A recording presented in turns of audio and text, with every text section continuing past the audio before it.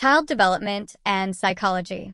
Welcome to this lecture on Child Development and Psychology prepared by the Institute of Teachers Professional Development, IDPD. This course is designed to provide an in-depth understanding of how children grow and develop physically, mentally, emotionally, and socially. This awareness is crucial for pre-primary and primary school teachers as it equips them with the knowledge and skills necessary to effectively guide young learners. As pre- and primary school teachers, your role goes beyond mere supervision and providing education. You must also keep a watchful eye on the various aspects of children's development. By studying the different stages of early childhood and adolescent development, you will gain valuable insights into children's abilities at different ages. This knowledge is key to supporting and nurturing their growth. Section 1. Understanding Developmental Milestones. One of the primary learning outcomes of this course is to analyze major developmental milestones in children. These milestones span across physical, cognitive, and emotional development. Understanding these milestones will help you identify what is typical for children at various ages and recognize when a child might need additional support. Section 2. Theoretical Frameworks in Human Development. We will also explore and compare various theoretical frameworks related to human development. These theories provide different perspectives on how children grow and learn. By evaluating their effectiveness, you will be able to apply these theories practically in your teaching methods. Section 3. Biological, Environmental, and Cultural Influences. Another critical aspect of this course is to analyze the effects of biological, environmental, and cultural influences on child development. These factors play a significant role in shaping a child's growth and learning experiences. By understanding these influences, you can create a more inclusive and supportive learning environment for all children. Section 4. Applying Theoretical Approaches. Applying appropriate theoretical approaches when analyzing aspects of child growth and development is essential for effective teaching.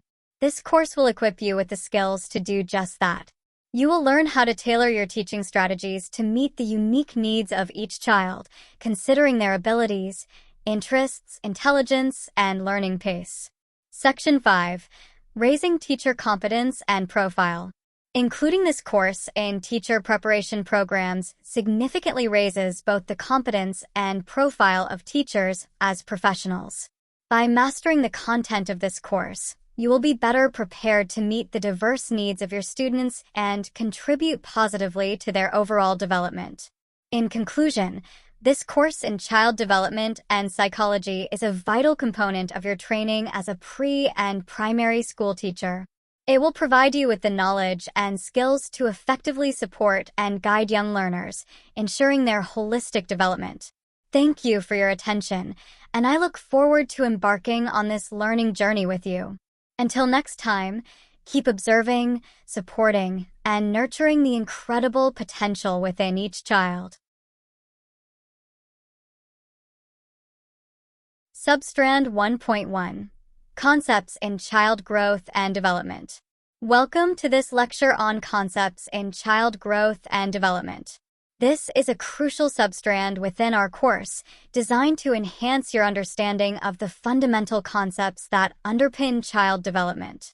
By the end of this session, you will be able to differentiate key terminologies, distinguish between growth and development, identify various developmental aspects, and appreciate the overall concepts of growth and development in children.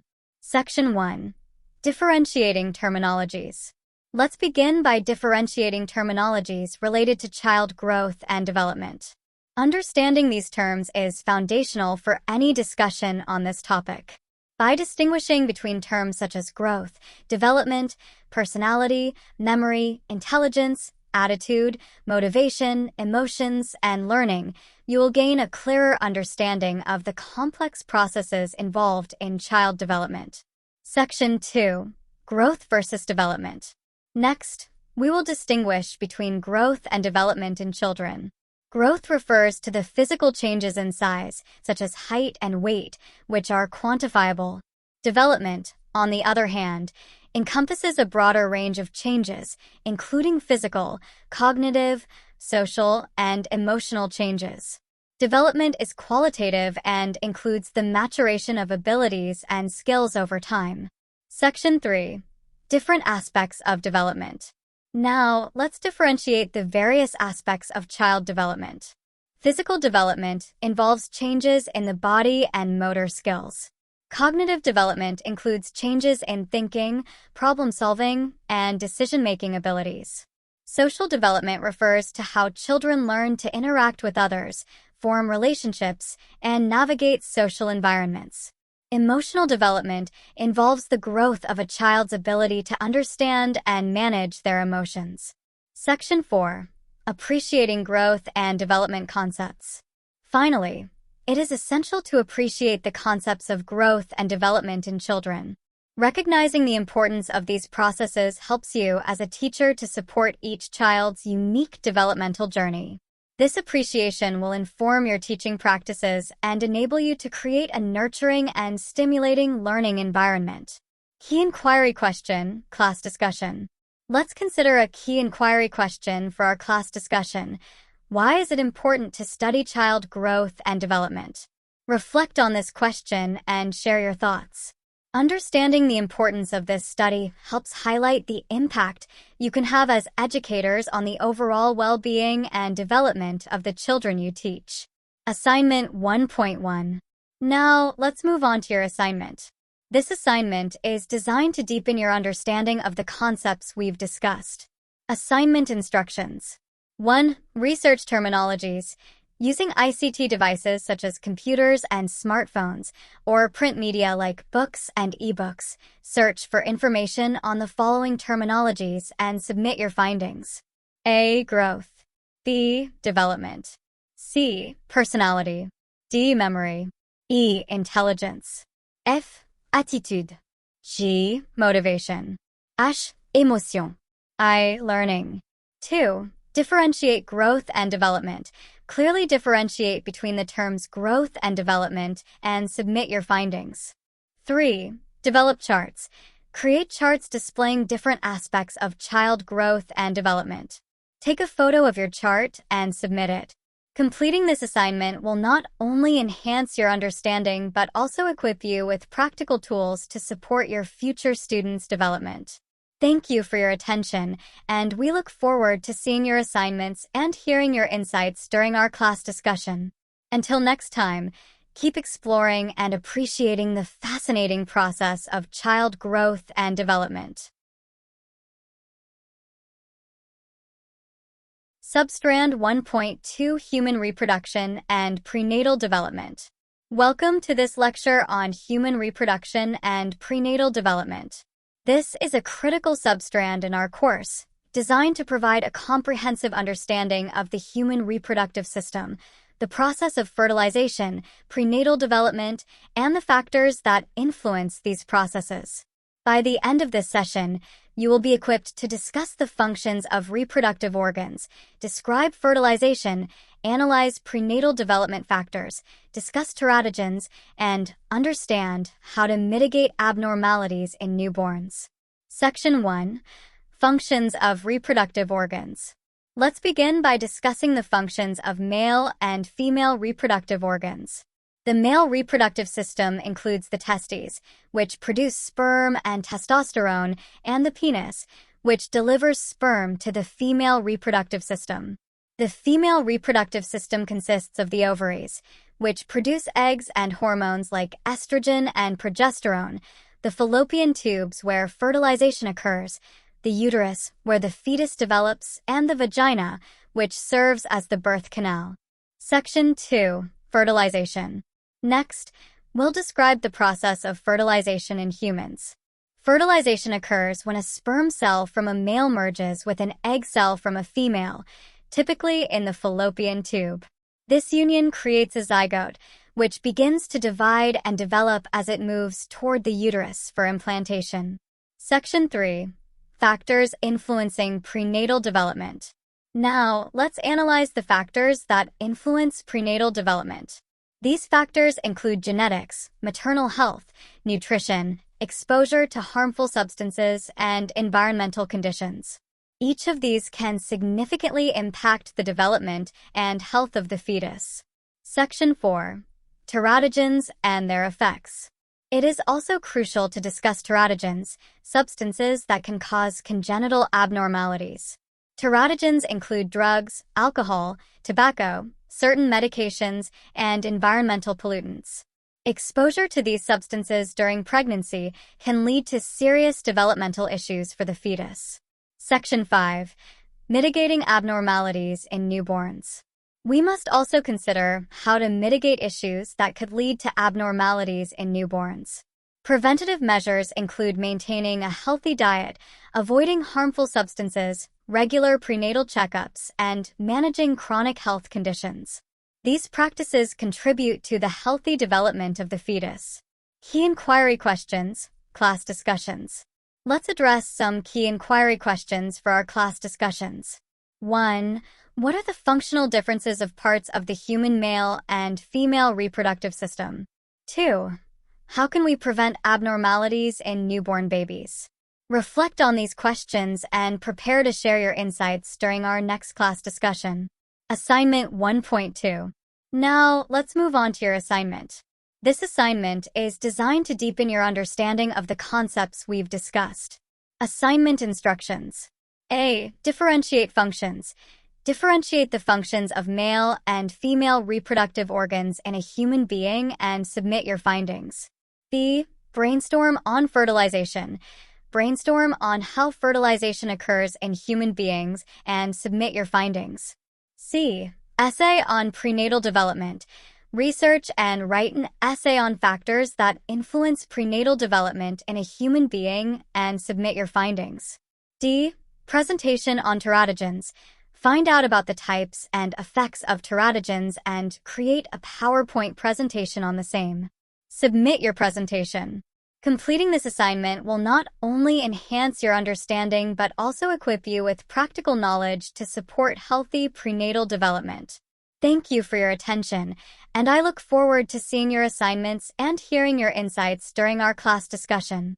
Until next time, keep exploring and supporting the healthy development of future generations. Substrand 1.4. Physical, Cognitive, Social, and Emotional Development. Welcome to this lecture on physical, cognitive, social, and emotional development. This substrand is designed to provide a comprehensive understanding of the changes that children undergo from infancy to adolescence. By the end of this session, you will be able to discuss the physical, cognitive, social, and emotional changes that occur in children and appreciate these changes at different stages of development. Section 1. Physical development. Let's begin by discussing physical development. Physical changes in children are most noticeable and include growth in height and weight, development of motor skills, and changes in physical appearance. Infants develop basic motor skills such as grasping and crawling. Toddlers refine these skills and begin walking and running. Preschoolers and school-age children further develop fine and gross motor skills, while adolescents experience significant growth spurts and puberty. Section 2. Cognitive development. Cognitive development involves changes in thinking, problem-solving, and information processing. Infants start with basic sensory and motor interactions with their environment. Toddlers develop language skills and begin to think symbolically. Preschoolers engage in more complex play and start to understand basic concepts. School-age children develop logical thinking and problem-solving skills, while adolescents develop abstract thinking and reasoning abilities. Section 3. Social development. Social development encompasses how children learn to interact with others, form relationships, and navigate social environments. Infants form attachments with caregivers. Toddlers begin to play with other children and learn social norms. Preschoolers develop friendships and cooperative play skills. School-age children form peer groups and understand social rules, while adolescents develop a sense of identity and independence. 4. Emotional development. Emotional development involves the growth of a child's ability to understand and manage their emotions. Infants express basic emotions like joy and distress. Toddlers begin to experience a wider range of emotions and learn to express them. Preschoolers start to understand the emotions of others and develop empathy. School-age children learn to regulate their emotions and cope with stress, while adolescents experience more complex emotions and develop a deeper understanding of their emotional self. Key inquiry question, class discussion. Let's address a key inquiry question for our class discussion. What developmental changes occur at different stages of child development up to adolescence? Reflect on this question and prepare to share your insights during our next class discussion. Assignment 1.4. Now, let's move on to your assignment. This assignment is designed to deepen your understanding of the concepts we've discussed. Assignment instructions. 1. Search information. Search the internet for information on physical, biological, and socio-emotional changes in children between infancy and adolescence. Submit your findings categorized by A. Infants B, toddlers C, preschoolers D, school age 6 to 10 years, E. Adolescents. 2. Visit institutions. Visit schools, resource centers, and hospitals in groups to obtain information on physical, cognitive, social, and emotional changes. Submit your findings. 3. Make observations. Make observations on children in various institutions and evaluate how different factors influence their growth and development. Submit your findings. Completing this assignment will not only enhance your understanding but also provide you with practical insights into the various aspects of child development. Thank you for your attention, and I look forward to seeing your assignments and hearing your insights during our class discussion. Until next time, keep exploring and supporting the holistic development of children. Substrand 2.1. Biological Factors in Child Growth and Development. Welcome to this lecture on biological factors in child growth and development. This substrand is designed to provide a comprehensive understanding of how various biological factors influence the growth and development of children. By the end of this session, you will be able to analyze how biological factors influence child development and appreciate their impact. Section 1. Introduction to Biological Factors. Biological factors play a crucial role in shaping a child's growth and development.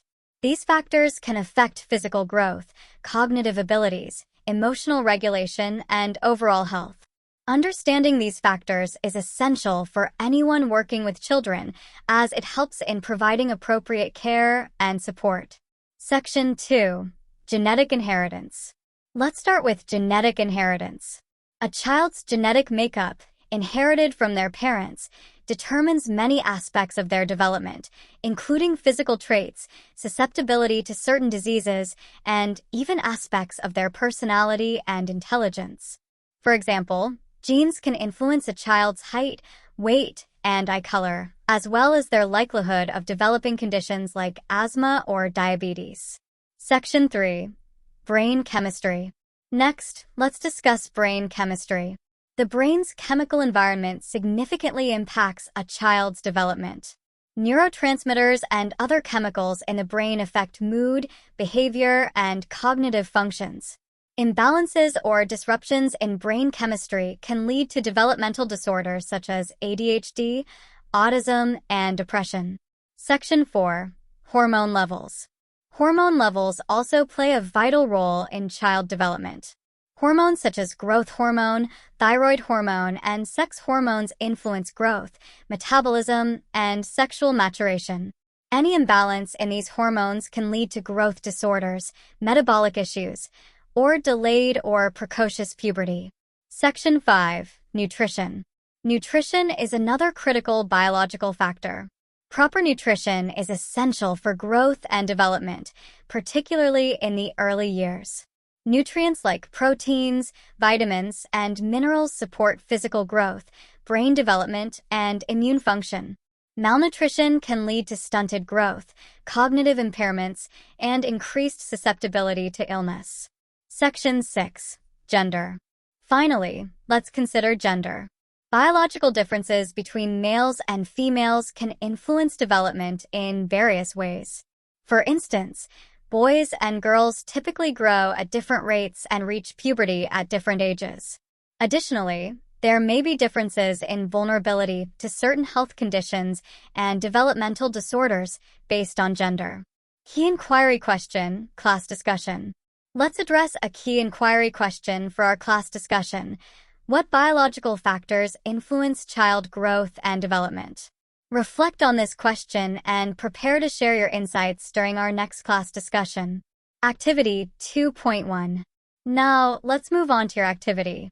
This activity is designed to deepen your understanding of the concepts we've discussed. Activity instructions. A. Discuss biological factors. Discuss the following biological factors that influence child growth and development and submit your findings. A. Genetic inheritance. Brain chemistry. Hormone levels. The nutrition. Gender. B. Observe children. Observe children at different stages of development and take note of factors that influence their growth and development. Submit your findings. C. Brief report. Make and submit a brief report on factors that influence child growth and development. D. Search information. Search for information on the internet and in print media on biological factors that influence child growth and development and submit your findings. E. Watch video clips. Watch the provided video clips on the effects of biological factors on child growth and development. Completing this activity will not only enhance your understanding but also provide you with practical insights into the various biological factors that influence child development. Thank you for your attention, and I look forward to seeing your activity submissions and hearing your insights during our class discussion. Until next time, keep exploring and understanding the incredible complexities of child growth and development. Substrand 2.2, Maternal, Child Health and Nutrition. Welcome to this lecture on maternal, child health, and nutrition. This substrand is designed to provide a comprehensive understanding of the critical role that health and nutrition play in the well-being of mothers and their children. By the end of this session, you will be able to analyze the importance of maternal and child health and nutrition, distinguish the health and nutritional needs of both the mother and child, and appreciate their significance in promoting good health. Section 1. Importance of maternal and child health and nutrition. Let's begin by analyzing the importance of maternal and child health and nutrition in enhancing good health. Maternal and child health encompasses the health care and nutritional needs of mothers during pregnancy, childbirth, and the postnatal period, as well as the health and nutrition of their children. Ensuring good health and nutrition during these stages is crucial for the development and long-term health of both mother and child. It helps in reducing the risk of complications during pregnancy and childbirth, promoting healthy birth outcomes, and supporting the growth and development of the child. Section 2. Health and Nutritional Needs. Now, let's distinguish the health and nutritional needs of both the mother and child. For mothers, essential health needs include regular prenatal checkups, proper medical care during childbirth, and postnatal care. Nutritionally, pregnant and breastfeeding mothers need a balanced diet rich in vitamins, minerals, proteins, and healthy fats to support their health and the development of the baby.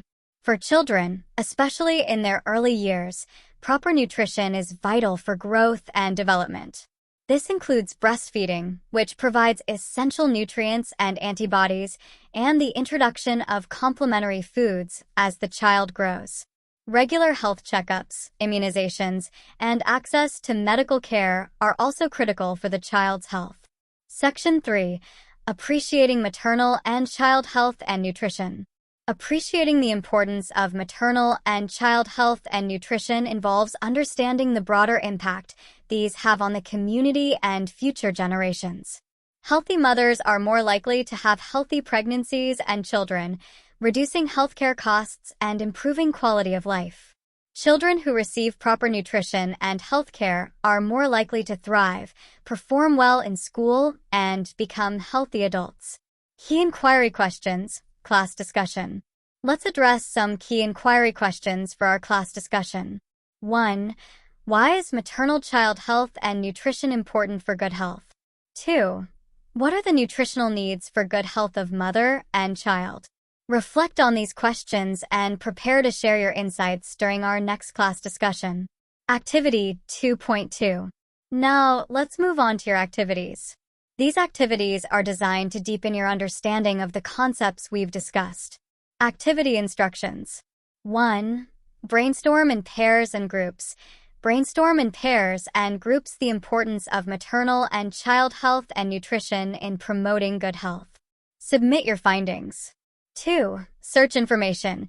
Use ICT devices and print media to search for information on the importance of maternal and child health and nutrition in promoting good health. Submit your findings. 3. Report in plenary. Report in plenary the findings on the importance of maternal and child health and nutrition in promoting good health.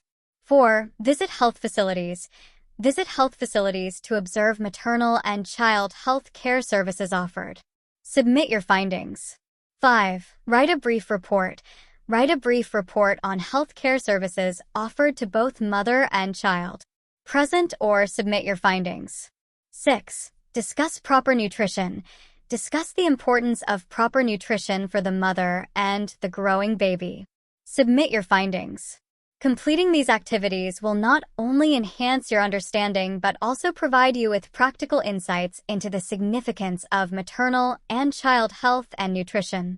Thank you for your attention, and we look forward to seeing your activity submissions and hearing your insights during our class discussion. Until next time, keep exploring and supporting the health and well-being of mothers and children. Substrand 2.3. Environmental Factors in Child Growth and Development. Welcome to this lecture on environmental factors in child growth and development. This substrand is designed to provide a comprehensive understanding of how various environmental factors influence the growth and development of children.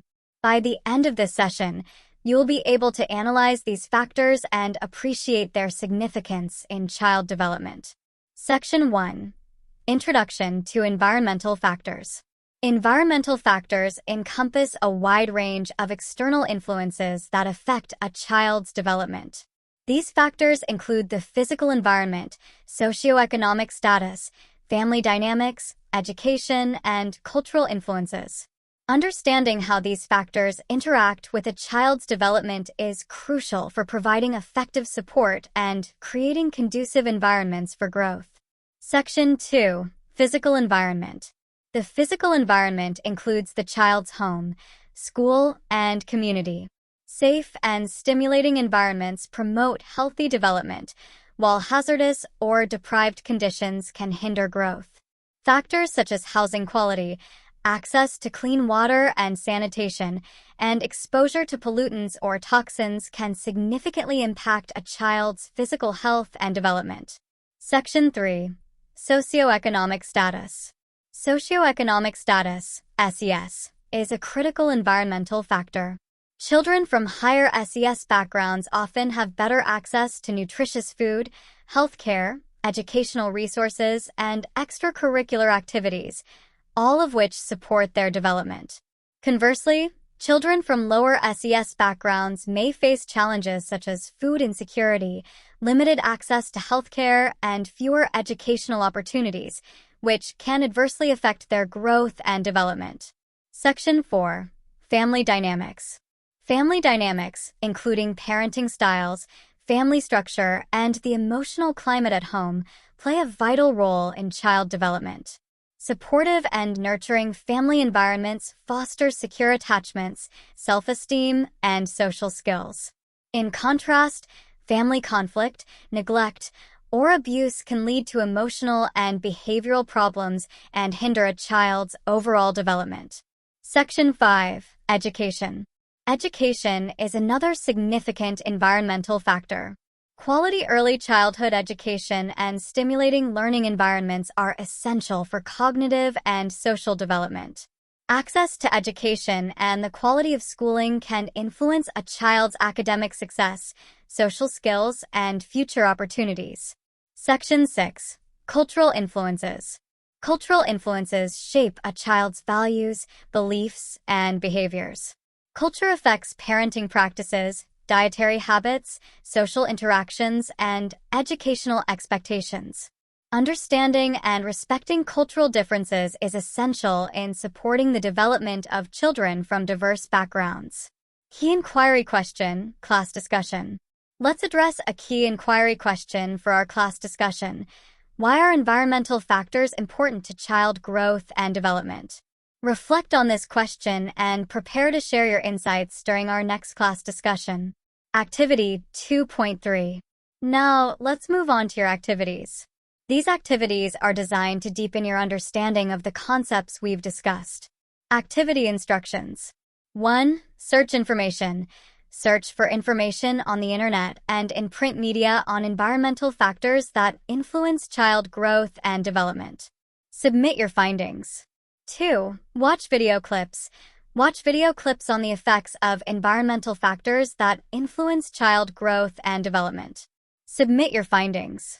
3. Simulate and role play. Simulate and role play situations that depict how environmental factors influence growth and development. Attach a short video clip, not more than 1 minute, of your role-playing activity. Completing these activities will not only enhance your understanding but also provide you with practical insights into the significant role environmental factors play in child development. Thank you for your attention, and we look forward to seeing your activity submissions and hearing your insights during our class discussion. Until next time, keep exploring and understanding the critical environmental influences on child growth and development. Substrand 2.4. Sociocultural and Gender Issues in Child Growth and Development. Welcome to this lecture on sociocultural and gender issues in child growth and development. This substrand aims to provide a thorough understanding of how sociocultural and gender factors influence the growth and development of children. By the end of this session, you will be able to discuss these issues, analyze their impacts, and appreciate their significance in child development. Section 1. Introduction to Sociocultural Issues. Sociocultural factors refer to the social and cultural influences that affect a child's development. These factors include traditions, customs, societal norms, and family values that shape a child's environment and experiences. Understanding these influences is crucial in recognizing how they contribute to or hinder a child's growth and development. Section 2. Impact of Sociocultural Issues. Sociocultural issues can significantly impact various aspects of child development. For example, cultural attitudes towards education can affect a child's academic performance and aspirations. Social norms around gender roles can influence a child's interests, behaviors, and opportunities. Family traditions and practices can shape a child's values, beliefs, and social skills. Section 3. Introduction to Gender Issues. Gender issues refer to the societal expectations and roles assigned to individuals based on their gender. These expectations can influence the opportunities, experiences, and behaviors of children from a very young age. Gender stereotypes and biases can limit a child's potential and affect their self-esteem and aspirations. Section 4. Impact of Gender Issues. Gender issues can manifest in various ways, such as differences in access to education, healthcare, and recreational activities. For example, in some communities, boys may be encouraged to pursue sports and science, while girls may be steered towards domestic activities and caretaking roles. Such disparities can lead to unequal opportunities and outcomes for children based on their gender. Section 5. Appreciating the role of gender issues.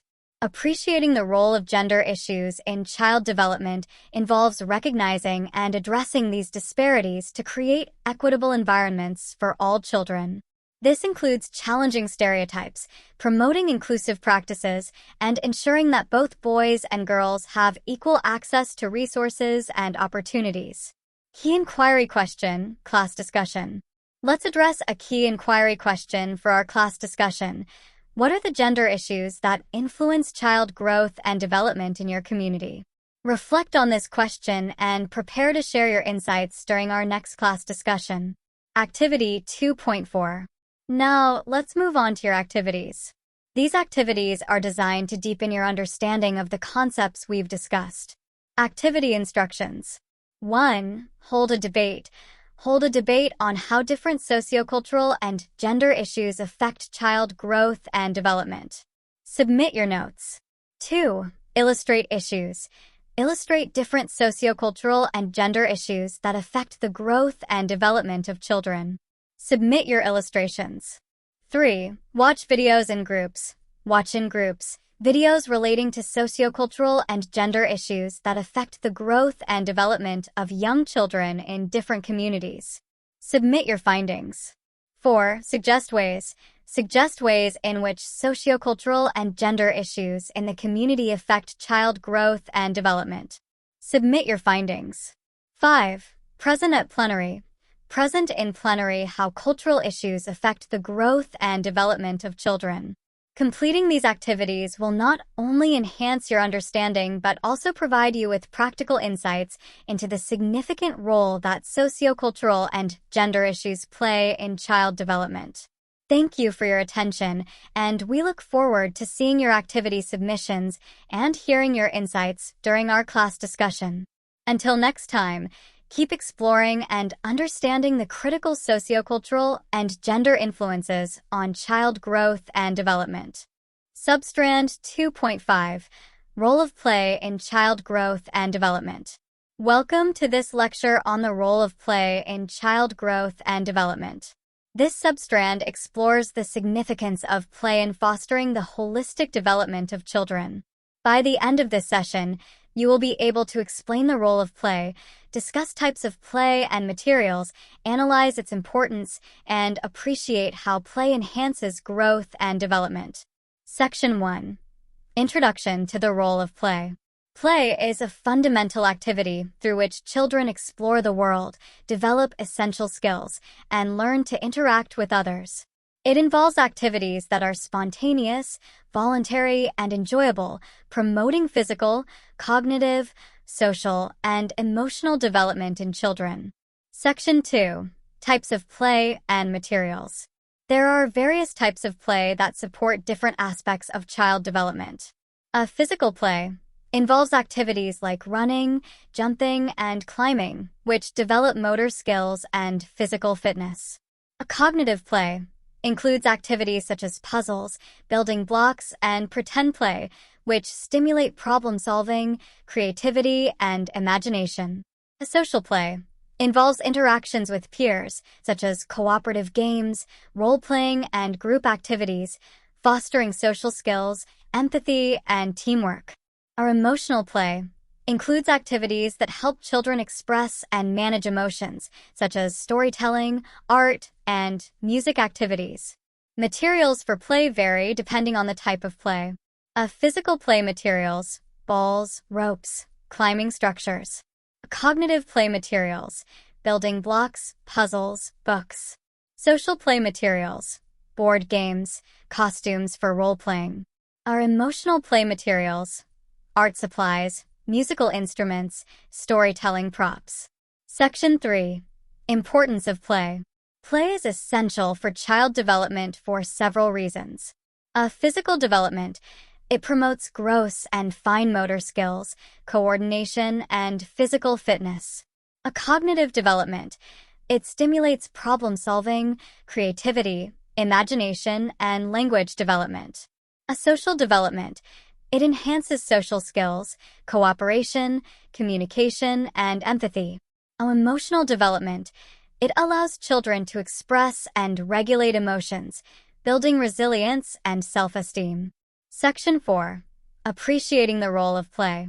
Appreciating the role of play involves recognizing its intrinsic value in childhood. Play is not just a pastime. It is a crucial avenue through which children learn, grow, and develop essential life skills. Supporting and encouraging play in various forms nurtures well-rounded individuals who are equipped to navigate the complexities of life. Key inquiry questions, class discussion. Let's address some key inquiry questions for our class discussion. 1. Why is play important for child growth and development? 2. What are the characteristics of play materials for young children? Reflect on these questions and prepare to share your insights during our next class discussion. Activity 2.5. Now, let's move on to your activities. These activities are designed to deepen your understanding of the concepts we've discussed. Activity instructions. 1. Create play activities. Create play, games, sports activities, and materials that promote growth and development in children. Submit your creations. 2. Search information. Use ICT devices and print media to search for types of play and materials ideal for young children. Submit your findings. 3. Make a list. Make a list of types of play and materials that promote growth and development of young children. Submit your list. 4. Discuss characteristics. Discuss the characteristics of play and play materials for young children in groups. Submit your findings. 5. Visit preschools. Visit preschools or institutional homes to identify different types of play and materials provided and how they are used. Write a brief report and submit. 6. Suggest influences. Suggest how play and the use of play materials influence the growth and development of young children. Write a brief report and submit. Completing these activities will deepen your understanding of the role of play in child development and equip you with practical knowledge to support children's holistic growth. Thank you for your attention, and we look forward to seeing your activity submissions and hearing your insights during our class discussion. Until next time, continue exploring the profound impact of play on children's growth and development. Substrand 2.6. Care of Children. Welcome to this lecture on the care of children. This substrand explores the essential aspects of caring for children at different stages of development, evaluating the roles of caregivers, and appreciating their impact on holistic child development. By the end of this session, you will be able to discuss various caregiving practices, evaluate caregiver roles, and understand the importance of caregiving for children's overall development. Section 1. Introduction to Child Care. Child care encompasses the practices and strategies employed to meet the physical, emotional, social, and cognitive needs of children. Effective child care supports their growth, development, and well-being from infancy through adolescence. Section 2. Ways of caring for children. There are various ways to care for children, tailored to their developmental stages. Infancy requires feeding, diapering, soothing, and providing a safe environment. Early childhood involves stimulating activities, language development, social interaction, and establishing routines. Middle childhood focuses on education support, peer relationships, extracurricular activities, and emotional guidance. Adolescence includes mentoring, academic support, health education, independence fostering, and emotional support. Section 3. Roles of caregivers. Caregivers play pivotal roles in promoting holistic child development. Physical care, ensuring nutrition, hygiene, health checkups, and safety. Emotional care, providing love, support, comfort, and nurturing relationships. Cognitive care, stimulating learning through play, education, and intellectual challenges. Social care, facilitating peer interactions, teaching social skills, and fostering empathy. Section 4. Appreciating caregivers. Appreciating caregivers involves recognizing their dedication and impact on children's development. Professional caregivers, teachers, childcare providers, nurses, and social workers. Family caregivers, parents, grandparents, guardians, and siblings. Community caregivers, mentors, coaches, volunteers, and neighbors. Key inquiry question, class discussion. Let's address a key inquiry question for our class discussion. What type of care should be provided to a child? Reflect on this question and prepare to share your insights during our next class discussion. Activity 2.6. Now, let's move on to your activities. These activities are designed to deepen your understanding of the concepts we've discussed. Activity instructions. 1. Roles of caregivers.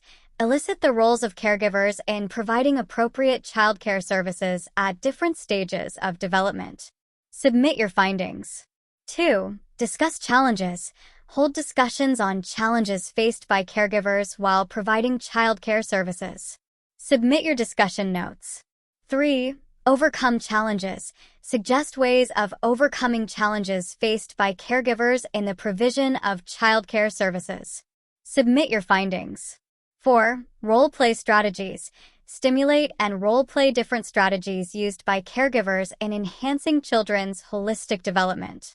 Submit a short video clip while role-playing, not more than 1 minute. 5. Watch videos. Watch videos on the care of young children in different contexts. Reflect on the practices observed. 6. Visit childcare institutions. Visit various childcare institutions to observe the care given to young children.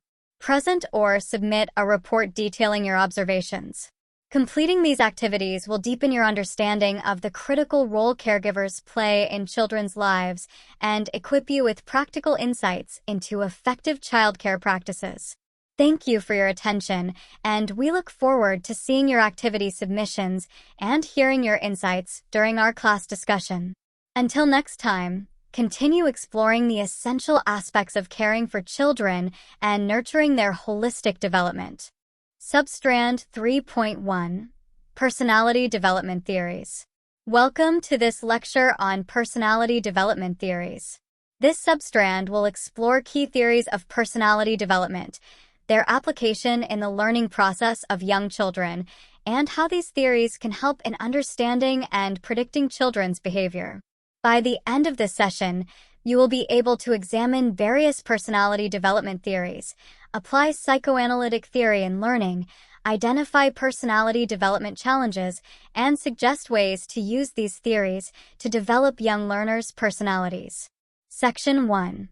Introduction to Personality Development Theories. Personality development theories offer insights into how individuals' personalities form and evolve. These theories help educators understand the diverse behaviors and learning styles of children, enabling them to tailor their teaching approaches effectively. Section 2. Psychoanalytic Theory. Psychoanalytic theory, pioneered by Sigmund Freud, focuses on the influence of the unconscious mind on behavior. According to Freud, personality develops through a series of stages driven by innate sexual and aggressive urges. The key components of Freud's theory include the ID, ego, and superego, which interact to shape an individual's personality. Section 3. Humanistic Theory.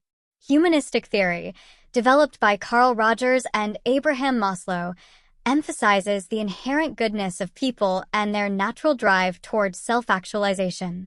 This theory suggests that personality development is influenced by the need for growth, fulfillment, and achieving one's potential.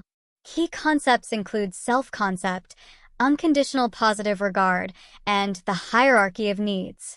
Section 4. Behavioristic Theory. Behavioristic theory, associated with B.F. Skinner and John Watson, posits that personality is a result of learned behaviors through interactions with the environment. This theory emphasizes the role of reinforcement, punishment, and conditioning in shaping behavior. Behaviorists believe that all behaviors are acquired through conditioning processes. Key inquiry question, class discussion. Let's address a key inquiry question for our class discussion. Why should a teacher study personality theories of child growth and development?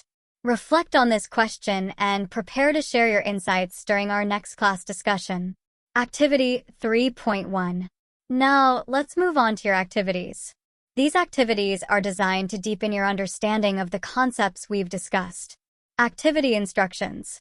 1. Research theories. Use ICT devices and print media to research information on the views of the following personality structures and development.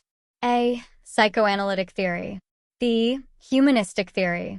C. Behavioristic theory. Submit your findings. 2. Discuss theories. Discuss the views of personality structure and development according to A. Psychoanalytic theory. B. Humanistic theory. C. Behavioristic theory. Submit your findings. 3. Gather information. Use digital devices to gather information on the personality development of learners at different developmental stages. Submit your findings. 4. Application of theories. Suggest ways of applying psychoanalytic, behavioristic, and humanistic theories for enhancing personality development in young children. Submit your findings. 5. Conduct a study.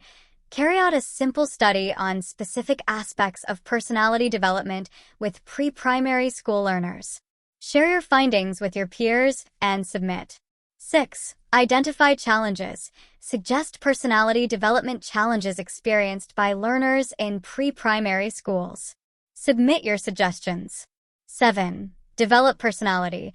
Suggest ways in which personality theories can be used to develop young learners' personalities. Submit your suggestions.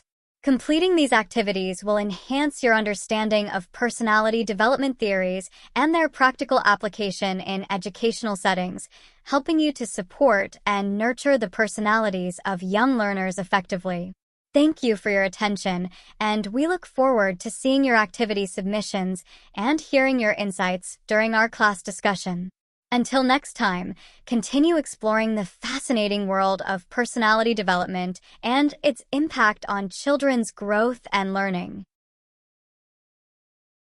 Substrand 3.2 Cognitive Development Theories.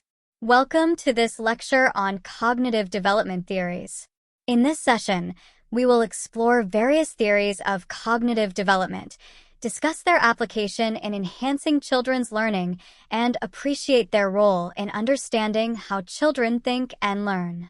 By the end of this session, you will be able to analyze cognitive development theories, apply their principles to enhance learning, and appreciate their significance in children's education. Section 1. Introduction to Cognitive Development Theories. Cognitive development theories provide insights into how children develop their intellectual abilities, process information, and solve problems. Understanding these theories is crucial for teachers as it enables them to create effective learning environments that cater to the cognitive needs of children. Section 2. Piaget's theory of cognitive development. Jean Piaget's theory is one of the most influential cognitive development theories. Piaget proposed that children move through 4 stages of cognitive development: the sensoromotor stage, preoperational stage, concrete operational stage, and formal operational stage. Each stage represents a different way of thinking and understanding the world. A sensoromotor stage, 0 to 2 years infants learn through sensory experiences and motor actions. A preoperational stage, 2 to 7 years children begin to use symbols, such as words and images, to represent objects but lack logical reasoning. A concrete operational stage, 7 to 11 years children develop logical thinking but are limited to concrete objects and experiences.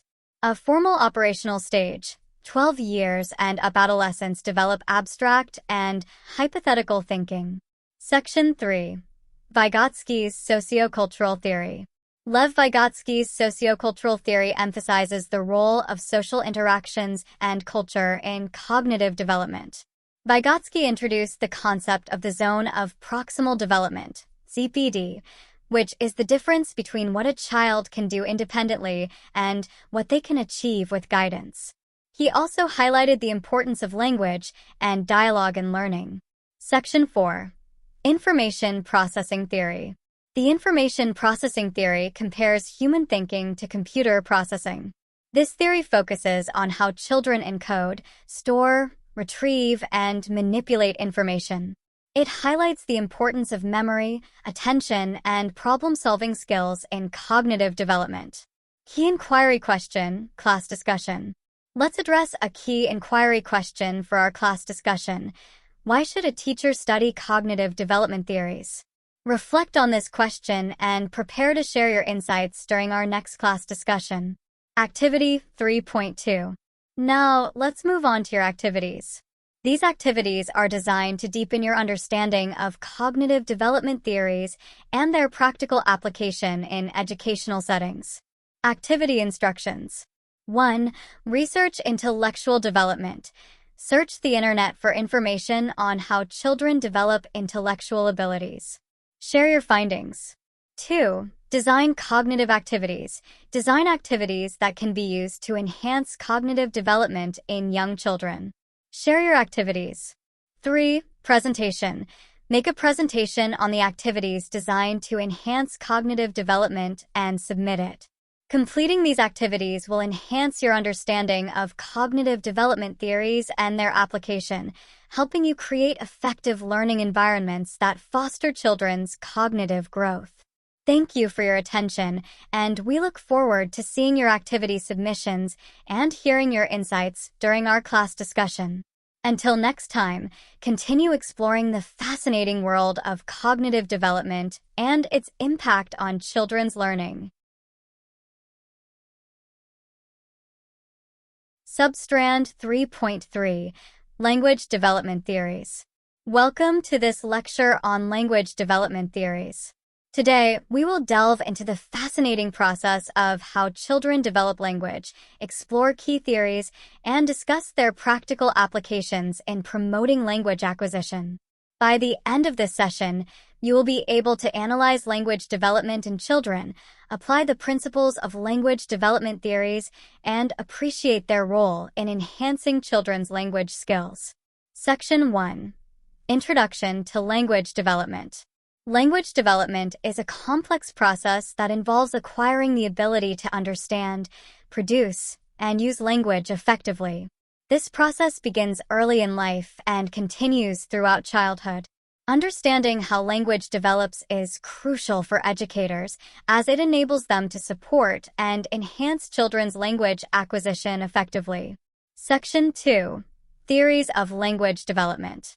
Several theories provide insights into how children acquire language. Let's explore some of the most influential ones. A. Behaviorist theory. The behaviorist theory, proposed by B.F. Skinner, suggests that language acquisition is a result of operant conditioning.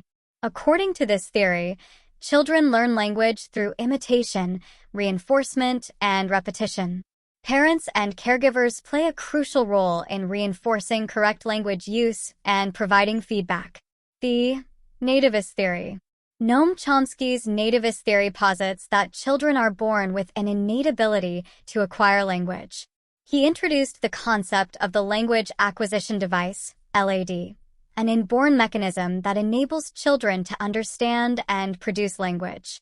Chomsky argued that exposure to language triggers this innate ability, allowing children to acquire the grammar and syntax of their native language.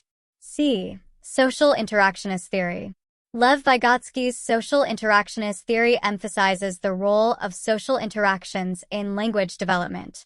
According to this theory, children learn language through meaningful interactions with others, particularly in social contexts.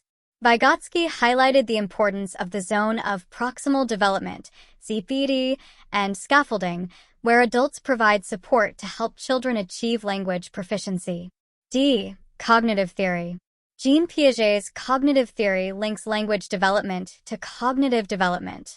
Piaget believed that language acquisition is a part of overall cognitive development and that children must reach certain cognitive milestones before they can acquire language. Language development is seen as a reflection of a child's growing ability to think and understand the world. Key inquiry questions, class discussion. Let's address some key inquiry questions for our class discussion. 1. Why should a teacher study language development theories? 2. How can learners improve their speaking, listening, and writing skills? Reflect on these questions and prepare to share your insights during our next class discussion. Activity 3.3. Now, let's move on to your activities. These activities are designed to deepen your understanding of language development theories and their practical applications in educational settings. Activity instructions. 1. Research on language development stages. Search the internet for information on stages of language development theory. Write a paper or report and submit it. 2. Discuss language development. Discuss how children develop language in reference to the role of social interaction and the physical environment. Submit your discussion notes. 3. Report on influencing factors. Write a report on the factors that influence language development and submit it.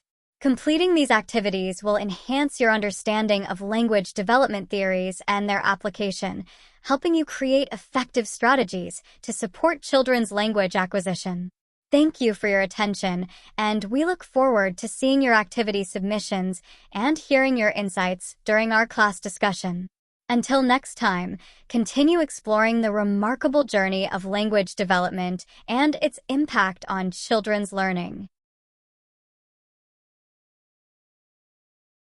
Substrand 3.4, Psychosocial Development Theories. Welcome to this lecture on psychosocial development theories. Today, we will explore the fundamental concepts of psychosocial development, examine key theories, and discuss how these theories can be applied to enhance children's socialization and learning processes. By the end of this session, you will be able to analyze theories of psychosocial development, apply their principles in educational settings, and appreciate their significance in promoting social behavior among learners. Section 1. Introduction to Psychosocial Development. Psychosocial development refers to the growth and development of an individual's social and emotional aspects, particularly as they interact with others. Understanding this development is crucial for educators as it directly impacts children's ability to learn, socialize, and develop healthy relationships. Section 2. Theories of Psychosocial Development. Several theories provide insights into psychosocial development. Let's explore some of the most influential ones. A. Erik Erikson's Psychosocial Development Theory.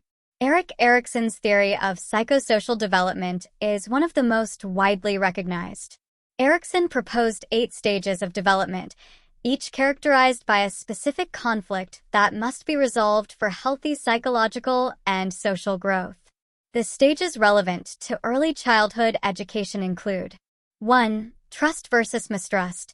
Infancy, the child develops trust when caregivers provide reliable care and affection. 2. Autonomy versus shame and doubt. Toddlerhood, children develop a sense of personal control and independence. 3. Initiative versus guilt. Preschool, children assert control and power over their environment through directing play and other social interactions. 4. Industry versus inferiority. School-age children need to cope with new social and academic demands, leading to a sense of competence. B. John Bowlby's attachment theory. John Bowlby's attachment theory emphasizes the importance of early relationships between children and their caregivers. Secure attachment leads to better social and emotional outcomes as children learn to trust and feel secure in their relationships. C. Albert Bandura's social learning theory. Albert Bandura's social learning theory highlights the role of observation and imitation in learning. According to this theory, children learn social behaviors by watching and imitating others and by being rewarded or punished for these behaviors. Key inquiry questions, class discussion. Let's address some key inquiry questions for our class discussion. 1. What social skills are necessary for effective learning? 2. What are the limitations of social interactions among learners? Reflect on these questions and prepare to share your insights during our next class discussion. Activity 3.4. Now, let's move on to your activities. These activities are designed to deepen your understanding of psychosocial development theories and their practical applications in educational settings. Activity instructions. 1. Research on psychosocial theory stages. Search the internet for information on the stages of psychosocial theory of development and submit your findings. 2. Discuss stages and application. Discuss the stages of psychosocial theory of development and how to apply them in learning for young children. Submit your findings. 3. Presentation on stages. Make a presentation on the stages of psychosocial theory of development and submit it. 4. Application of psychosocial theories. Suggest how to apply information on the stages of psychosocial theory of development when dealing with children. Submit your suggestions. 5. Simulation exercise. Simulate the application of psychosocial theories in facilitating learning. Share your simulation. Completing these activities will enhance your understanding of how psychosocial development theories can be used to promote effective socialization and learning in children. Thank you for your attention, and we look forward to seeing your activity submissions and hearing your insights during our class discussion. Until next time, continue exploring the vital role of psychosocial development in children's learning and growth. Substrand 4.1 Developmental Milestones in Children. Welcome to today's lecture on developmental milestones in children. This session aims to provide you with a thorough understanding of the key developmental milestones at various stages of childhood, how to identify delays or unusual presentations, and the importance of advocating for appropriate developmental milestones. By the end of this session, you should be able to differentiate the requisite milestones in children at different stages, examine potential delays, and advocate for necessary interventions. Section 1. Introduction to Developmental Milestones. Developmental milestones are behaviors or physical skills seen in infants and children as they grow and develop. These milestones are used by healthcare professionals to gauge a child's development and can help in identifying any delays or issues early on. Section 2. Developmental milestones at different stages. Let's delve into the specific milestones expected at various stages of childhood. A. Infancy, 0 to 1 year. A physical, rolling over, sitting up, crawling. A cognitive, recognizing faces, responding to their name. Social/emotional, smiling, showing fear of strangers. A communication, babbling, first words. B. Toddler, 1 to 3 years. A physical, walking, climbing stairs. A cognitive, beginning to solve problems, understanding cause and effect. Social/emotional, showing defiant behavior, playing alongside other children. A communication, vocabulary explosion, forming simple sentences. C. Preschooler, 3 to 5 years. A physical, improved coordination, drawing shapes. Cognitive, learning numbers and letters, understanding time. Social/emotional, developing friendships, showing empathy. Communication, using complex sentences, telling stories. D. School age, 6 to 13 years. A physical, refined motor skills, participating in sports. A cognitive, logical thinking, understanding more complex concepts. Social/emotional, building self-esteem, developing stronger peer relationships. Communication, improved reading and writing skills, following detailed instructions. E. Adolescence, 13 to 18 years. A physical, puberty, rapid growth. Cognitive, abstract thinking, setting long-term goals. Social/emotional, seeking independence, forming identity. A communication, advanced language skills, engaging in meaningful discussions. Section 3. Identifying delays and unusual presentations.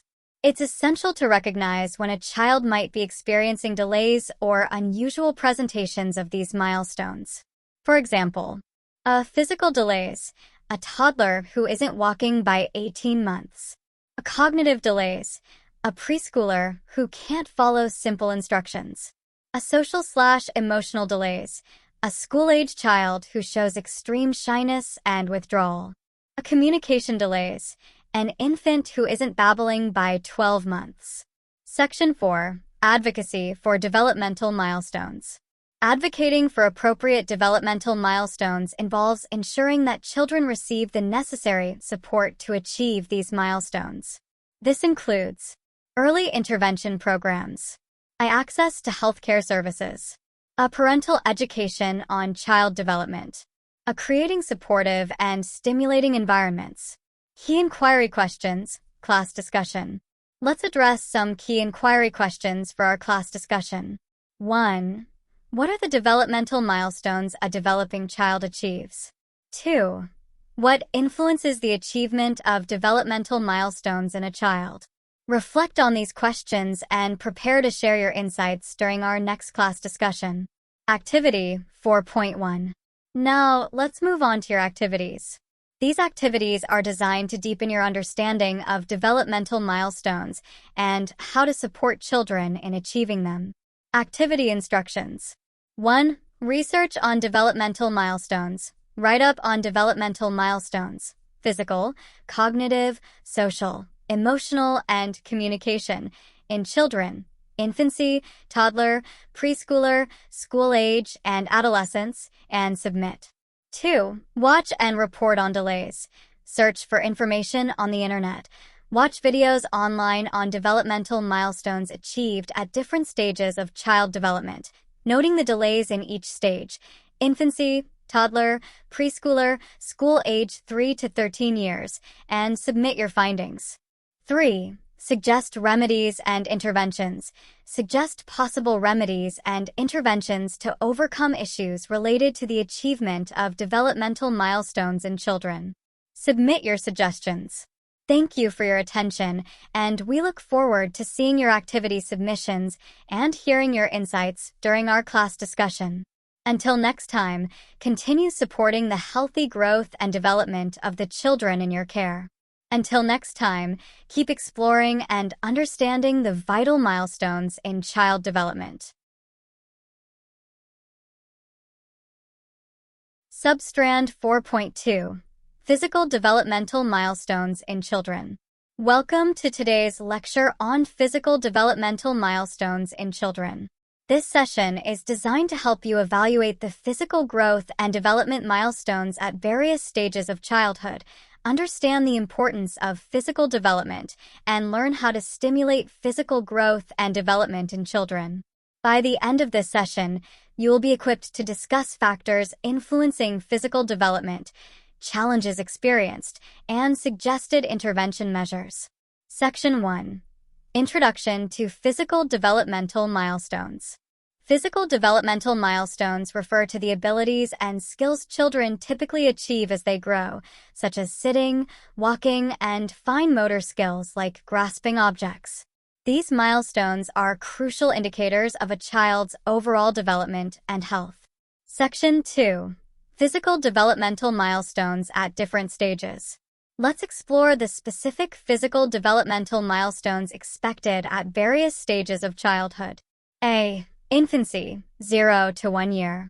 A gross motor skills: lifting head, rolling over, sitting without support, crawling, standing, walking with assistance.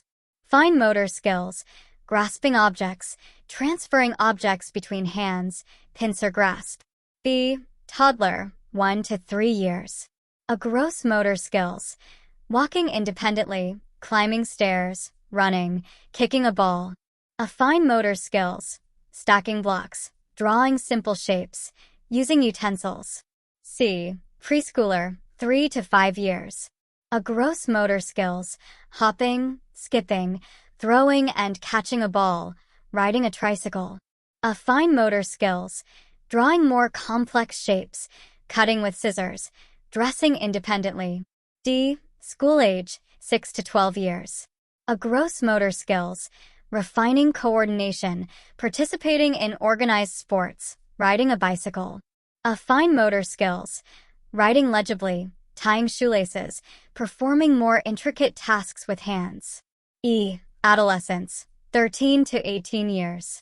A gross motor skills: reaching physical maturity, engaging in advanced sports activities.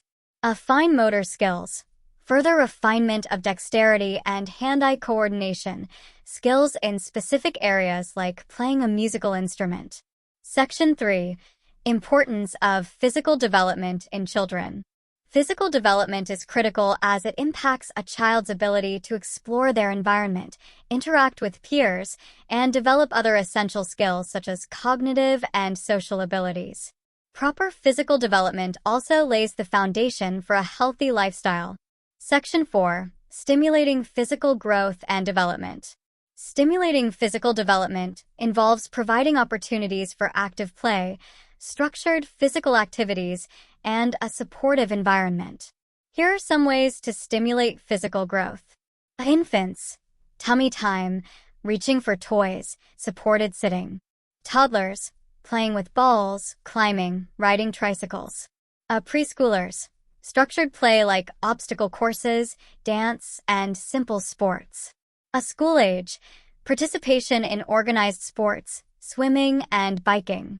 Adolescents, advanced sports training, physical education classes, outdoor activities. Section 5. Factors influencing physical development. Several factors influence physical development in children. Genetics determines potential growth patterns and physical abilities. Nutrition, essential for energy, growth, and overall health. Physical activity. Regular exercise helps develop strength, coordination, and endurance. Health. Chronic illnesses or disabilities can impact physical development. Environment. Safe spaces for play and physical activity support growth. Section 6. Challenges and interventions. Children may face challenges in their physical development due to various factors. Common challenges include delayed milestones, children not reaching expected milestones at the typical age. Health issues, chronic conditions that limit physical activity. Environmental barriers, lack of safe play spaces or resources. Interventions, to address these challenges, we can implement early intervention programs for children showing delays. Health and nutrition support, ensuring access to proper health care and balanced diets. Creating safe environments, providing safe and stimulating spaces for physical activities. Key inquiry questions, class discussion. Let's address some key inquiry questions for our class discussion. 1. How can physical development in children be stimulated? 2. How does physical development influence learning? 3. How can a healthy lifestyle among learners be promoted? Reflect on these questions and prepare to share your insights during our next class discussion. Assignment 4.2. Now, let's move on to your assignments. These assignments are designed to deepen your understanding of physical developmental milestones and how to support children in achieving them. Assignment instructions. 1. Research on physical development. Use ICT devices and print media to search for the different physical aspects of development in children at different stages: infancy, toddler, preschoolers, school age, and adolescent. Submit your findings. 2. Discussion on physical development. Discuss how children acquire physical development at different stages in life. Submit your discussion. 3. Observation of physical development. Visit preschools and institutional homes to observe and identify physical aspects of development in children at different stages. Submit your observations. 4. Watch and report. Watch videos on how to stimulate physical development in young children at different stages. Submit your report. 5. Discussion on influencing factors. Discuss factors that influence physical development in learning, challenges experienced, and suggested intervention measures. Submit your discussion. 6. Observation and reporting. Visit hospitals, homes, and learning institutions to observe and identify physical aspects of development in children at different stages. Submit your report. Thank you for your attention. I look forward to seeing your assignment submissions and hearing your insights during our class discussion. Until next time, continue to support the physical growth and development of the children in your care. Keep exploring and understanding the vital milestones in child development. Substrand 4.3 Cognitive Development in Children. Welcome to today's lecture on cognitive development in children. In this session, we will define cognitive development, examine how it occurs at various stages, identify gaps related to cognitive development in children, and appreciate the importance of providing appropriate stimulation at different stages. Section 1. Defining cognitive development. Cognitive development refers to the progression of mental processes like thinking, learning, problem-solving, memory, and language acquisition. It encompasses how children perceive, think, and understand the world as they grow. Section 2. Stages of cognitive development. Let's explore the cognitive developmental stages in children. A. Infancy, 0 to 1 year. A sensory exploration. Infants learn about the world through their senses. They develop object permanence and begin to understand cause and effect relationships. A memory development. Infants start to recognize familiar faces and objects. B. Toddler, 1 to 3 years. A language acquisition. Toddlers rapidly acquire vocabulary and begin forming simple sentences. Symbolic thinking. They start to engage in pretend play and use symbols to represent objects. C. Preschooler, 3 to 5 years. Imagination and creativity. Preschoolers have a vivid imagination and engage in more complex pretend play. A basic numeracy and literacy. They begin to understand basic concepts of numbers and letters. D. School age, 6 to 12 years. A logical thinking. Children develop the ability to think logically about concrete events. A problem-solving skills. They improve in problem-solving and understanding multiple aspects of a situation. E. Adolescence, 13 to 18 years. A. Abstract thinking. Adolescents develop the ability to think abstractly, reason logically, and understand complex concepts. A metacognition. They become more aware of their own thought processes and can plan and regulate their thinking strategies. Section 3. Gaps in cognitive development. It's essential to identify and address gaps in cognitive development to support children effectively. Gaps can occur due to various factors such as delayed milestones. Some children may reach cognitive milestones later than expected. Learning disabilities. Conditions like dyslexia or ADHD can affect cognitive development. Environmental factors. Lack of stimulation, poor nutrition, or stressful environments can hinder cognitive growth. Section 4. Importance of cognitive development. Understanding cognitive development is crucial for educators and caregivers. It helps in creating stimulating environments, tailoring activities to support mental growth, identifying and addressing gaps, early intervention for children with cognitive delays or disabilities, supporting holistic development, ensuring that cognitive development is integrated with physical, social, and emotional growth. Key inquiry questions, class discussion. Let's consider the following key inquiry questions for our class discussion. 1. What are the cognitive aspects of child growth and development? 2. What major cognitive developmental changes occur during middle childhood? Reflect on these questions and be prepared to share your thoughts during our next class discussion. Assignment 4.3. Now, let's move on to your assignments. These assignments are designed to deepen your understanding of cognitive development in children. Assignment instructions. 1. Research on cognitive development.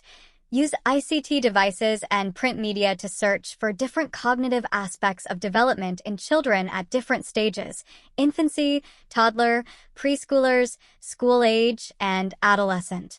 Submit your findings.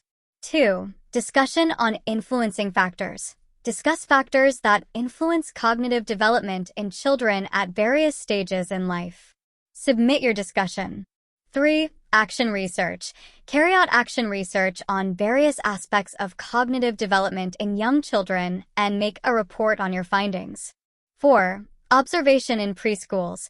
Visit preschool centers to observe and identify cognitive aspects of development in children at different stages. Submit your observations. 5. Video report. Watch videos on how to stimulate cognitive development in young children and write a report. Submit your report. 6. Develop psychometric tests. Develop simple psychometric tests that can be administered to young learners. Submit your tests. Thank you for your attention. We look forward to your assignment submissions and hearing your insights during our class discussion. Until next time, continue to explore and support the cognitive development of the children in your care. Keep fostering the minds of our young learners. Substrand 4.4, Social Development in Children. Welcome to today's lecture on social development in children.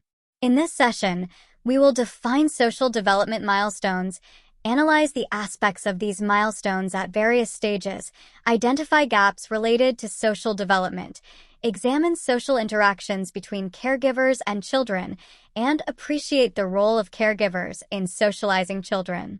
Section 1. Defining social development milestones. Social development refers to the process by which children learn to interact with others and develop relationships. It includes learning to communicate, share, take turns, and understand social norms and expectations. Social development is crucial for forming healthy relationships and integrating into society. Section 2. Stages of social development. Let's explore the social developmental stages in children. A. Infancy, 0 to 1 year. Attachment. Infants form strong bonds with their primary caregivers. A basic social interaction. They begin to recognize familiar faces, smile, and respond to social cues. B. Toddler, 1 to 3 years. A parallel play. Toddlers engage in parallel play, where they play alongside other children but not necessarily with them. Expressing emotions. They start to express a wider range of emotions and learn basic social rules. C. Preschooler, 3 to 5 years. A cooperative play. Preschoolers engage in cooperative play, where they play with others and take turns. Developing friendships. They start forming simple friendships and understand concepts of sharing and empathy. D. School age, 6 to 12 years. Teamwork. Children learn to work in teams and understand the importance of cooperation. Complex social skills. They develop more complex social skills, such as negotiation and conflict resolution. E. Adolescence, 13 to 18 years. Identity formation. Adolescents work on forming their identity and developing a sense of self. Peer relationships. They place a high value on peer relationships and begin to understand deeper social dynamics. Section 3. Gaps in social development. It's essential to identify and address gaps in social development to support children effectively. Gaps can occur due to various factors such as social anxiety. Some children may struggle with social interactions due to anxiety or shyness. A lack of social skills. Children may lack the necessary skills to interact effectively with peers. Our environmental factors. Limited social opportunities or negative social environments can hinder social growth. Section 4. Role of caregivers in socializing children. Caregivers play a vital role in socializing children. They provide the first social interactions and model appropriate social behavior. Positive and nurturing interactions with caregivers help children develop trust and learn social norms. Key inquiry questions, class discussion. Let's consider the following key inquiry questions for our class discussion. 1. What are the social skills children should acquire? 2. How do children develop socially? Reflect on these questions and be prepared to share your thoughts during our next class discussion. Assignment 4.4. Now, let's move on to your assignments. These assignments are designed to deepen your understanding of social development in children. Assignment instructions. 1. Research on social development. Use ICT devices and print media to search for information on social aspects of development in children at different stages: infancy, toddler, preschoolers, school age, and adolescent. Submit your findings. 2. Discussion on challenges. Discuss the challenges related to social development and how they can be mitigated in learning institutions. Submit your discussion. 3. Observation in institutions. Visit institutions to observe and identify social aspects of development in children at different stages. Write a report and submit your observations. Thank you for your attention. I look forward to your assignment submissions and hearing your insights during our class discussion. Until next time, continue to support and foster the social development of the children in your care. Keep nurturing the social skills of our young learners. Substrand 4.5, Emotional Development in Children. Welcome to today's lecture on emotional development in children. This session will cover how emotions influence behavior in children, examine emotional behavior manifestations at various stages, suggest ways to promote positive emotional control, discuss challenges related to emotional development, and appreciate its importance in behavior manifestations. Section 1. Emotions and behavior in children. Emotions play a crucial role in shaping children's behavior. They can influence how children interact with others, approach learning, and manage challenges. Understanding these influences helps caregivers and educators support healthy emotional development. Section 2. Emotional behavior manifestations. Let's explore how emotional behavior manifests at different stages of development. A. Infancy, 0 to 1 year. Basic emotions. Infants express basic emotions like joy, anger, sadness, and fear. Attachment. Secure attachment leads to positive emotional expressions and behavior. B. Toddler, 1 to 3 years. Temper tantrums. Toddlers often have tantrums as they learn to cope with frustration and assert independence. Simple empathy.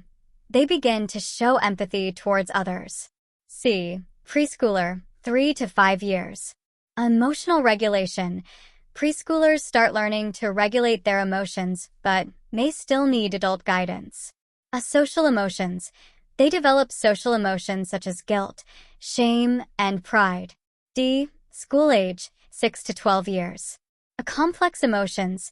School-aged children understand more complex emotions and can articulate their feelings better. Peer influence. Emotions are increasingly influenced by peer relationships. E. Adolescence, 13 to 18 years.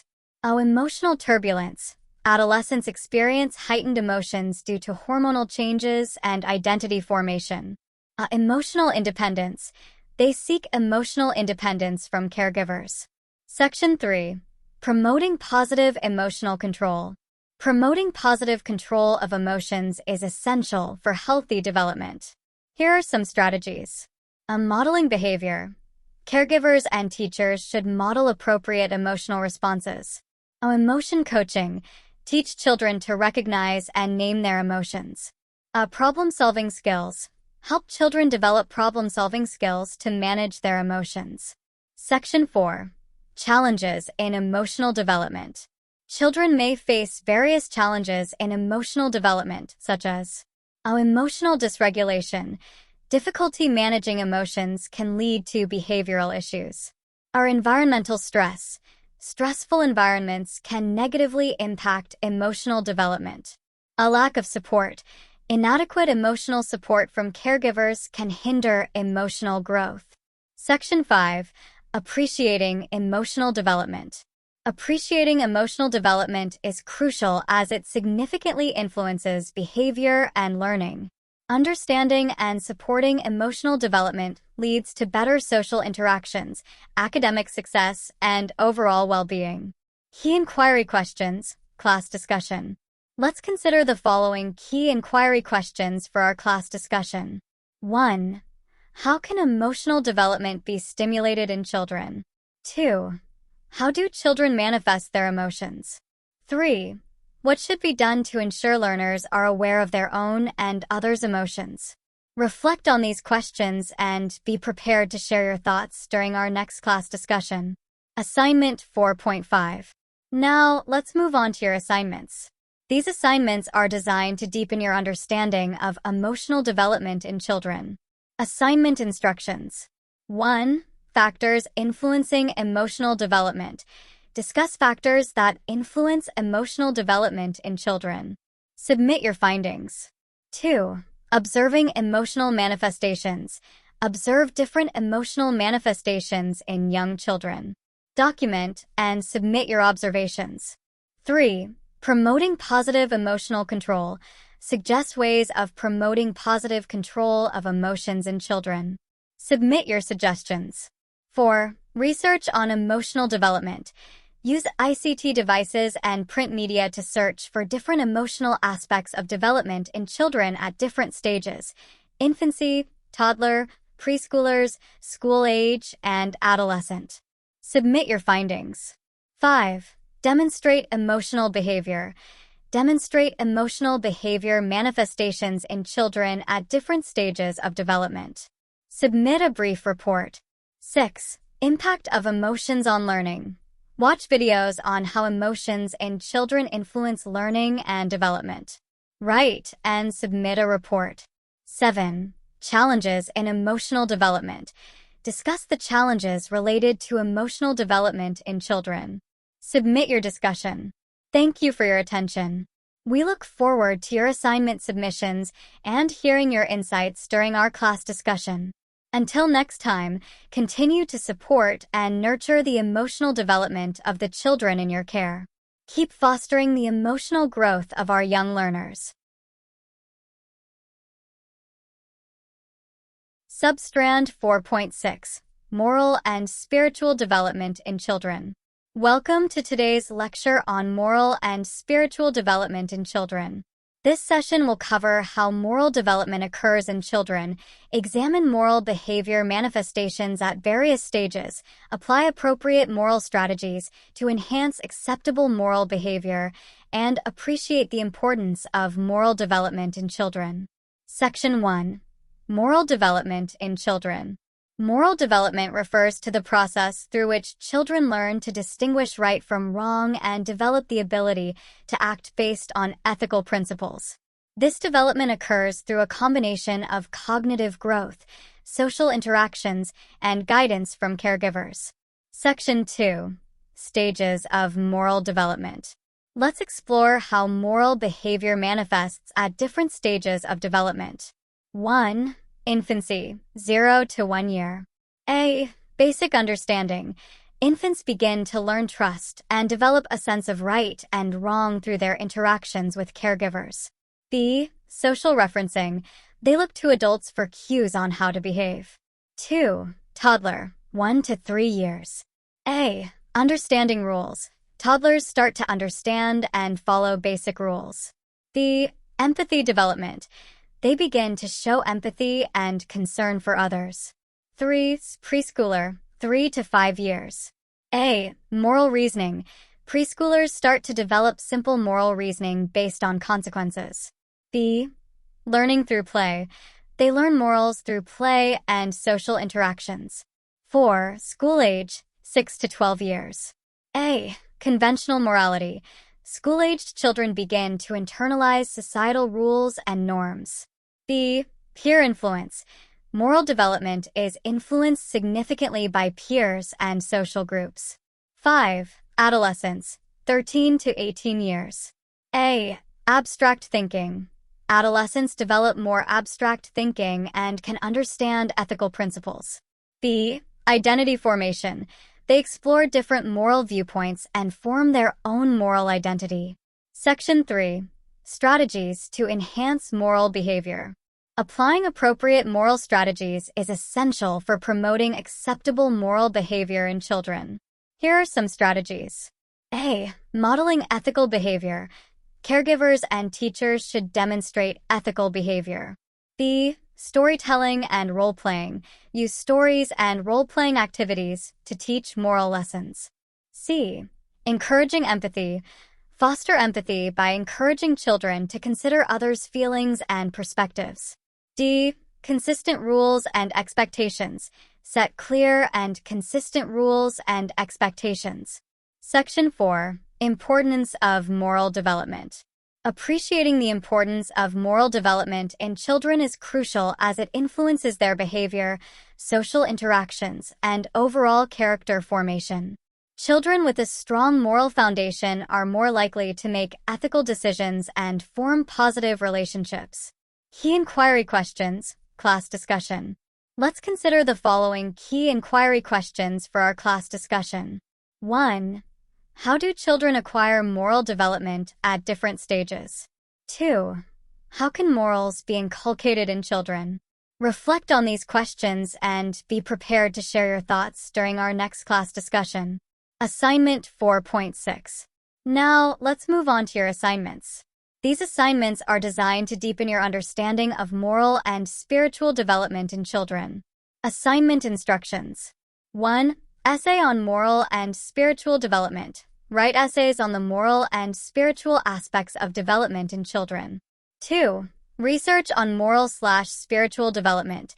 Use ICT devices and print media to search for different moral/spiritual aspects of development in children at different stages: infancy, toddler, preschoolers, school age, and adolescent.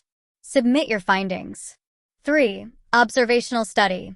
Visit preschools and institutional homes to observe and identify how challenges related to moral and spiritual development are dealt with among learners. Submit a report. 4. Video analysis. Watch videos on how moral/spiritual aspects in children influence learning and development. Write and submit a report. 5. Demonstration. Demonstrate how moral/spiritual development influences learning in children. Submit a brief report. 6. Promoting moral/spiritual development. Suggest ways that can be used to promote moral/spiritual development in young children. Submit your suggestions. Thank you for your attention. We look forward to your assignment submissions and hearing your insights during our class discussion. Until next time, continue to support and nurture the moral and spiritual development of the children in your care. Keep fostering the ethical and spiritual growth of our young learners. Substrand 4.7. Aesthetic Development in Children. Welcome to today's lecture on aesthetic development in children. In this session, we will analyze how children acquire different forms of aesthetic development, suggest ways of assessing aesthetic development, and explore methods to promote aesthetic development in young children. We will also appreciate the importance of appropriate aesthetic development in relation to the physical and social environment. Section 1. Understanding aesthetic development. Aesthetic development refers to the growth of a child's ability to appreciate and engage with beauty and art. This includes visual arts, music, dance, and literature. Aesthetic experiences are vital for a child's overall development, enhancing their creativity, sensory awareness, and emotional expression. Section 2. Forms of aesthetic development. Let's explore how children acquire different forms of aesthetic development at various stages. A. Infancy. 0 to 1 year sensory exploration. Infants begin by exploring their environment through their senses, reacting to colors, shapes, sounds, and textures. B. Toddler. 1 to 3 years creative play. Toddlers engage in creative play, using simple art materials and responding to music with movement. C. Preschooler. 3 to 5 years artistic expression. Preschoolers start to express themselves more deliberately through drawing, painting, and crafting. They also show increased interest in storytelling and music. D. School age. 6 to 12 years skill development. School-aged children develop more refined artistic skills and begin to understand and create more complex artistic forms. They also start to appreciate different styles and forms of art. E. Adolescence. 13 to 18 years critical appreciation. Adolescents develop a deeper appreciation for various art forms and can critically analyze and create sophisticated art. Section 3. Assessing aesthetic development. Assessing aesthetic development involves observing children's engagement with and responses to art. Here are some methods. A. Observation. Watch how children interact with art materials and their creative processes. B. Portfolios. Collect samples of children's artwork over time to observe progress. C. Discussions. Engage children in conversations about their art to understand their thought processes and feelings. Section 4. Promoting aesthetic development. Here are some strategies to promote aesthetic development in young children. A. Provide diverse materials. Offer a variety of art materials and experiences. B. Encourage exploration. Allow children to explore and experiment with art freely. C. Create an inspiring environment. Set up an environment rich in visual and auditory stimuli. D. Integrate art in daily activities. Incorporate art into daily routines and other subjects. Section 5. Importance of aesthetic development. Appreciating aesthetic development is crucial as it nurtures a child's creativity, self-expression, and appreciation for beauty. It also contributes to their emotional and social development, helping them to understand and express complex feelings and ideas. Key inquiry questions, class discussion. Let's consider the following key inquiry questions for our class discussion. 1. Why is aesthetic development important for young children? 2. What ways can teachers and parents promote aesthetic development in schools? Reflect on these questions and be prepared to share your thoughts during our next class discussion. Assignment 4.7. Now, let's move on to your assignments. These assignments are designed to deepen your understanding of aesthetic development in children. Assignment instructions. 1. Brainstorming session. Brainstorm strategies for promoting aesthetic development in young children. Submit your strategies. 2. Research. Use ICT devices and print media to search for different aesthetic aspects of development in children at different stages. Submit your findings. 3. Assessment methods. Suggest ways of assessing aesthetic development in children. Submit your suggestions. 4. Activity planning. Plan activities that can develop aesthetics in children. Submit your activity plans. 5. Observational study. Visit preschools and institutional homes to find out the challenges related to aesthetic development in young children at different stages. Submit a report. 6. Group discussion. Discuss in groups how aesthetic development influences learning in children. Submit your discussion notes. 7. Promotion strategies. Suggest ways that can be used to promote aesthetic development in young children. Submit your suggestions. Thank you for your attention. We look forward to your assignment submissions and hearing your insights during our class discussion. Until next time, continue to support and nurture the aesthetic development of the children in your care. Keep fostering the creative and artistic growth of our young learners.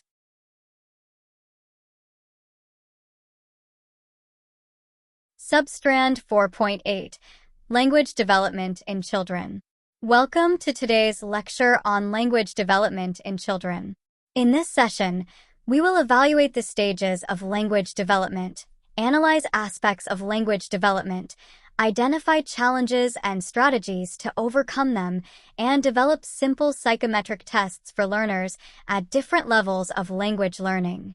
Additionally, we will appreciate the importance of language development in children. Section 1. Understanding language development. Language development is a crucial aspect of a child's overall growth, impacting their ability to communicate, socialize, and learn. It involves the acquisition of skills in speaking, listening, reading, and writing. Section 2. Stages of language development. Let's explore the stages of language development in children. A. Infancy, 0 to 1 year. A prelinguistic stage.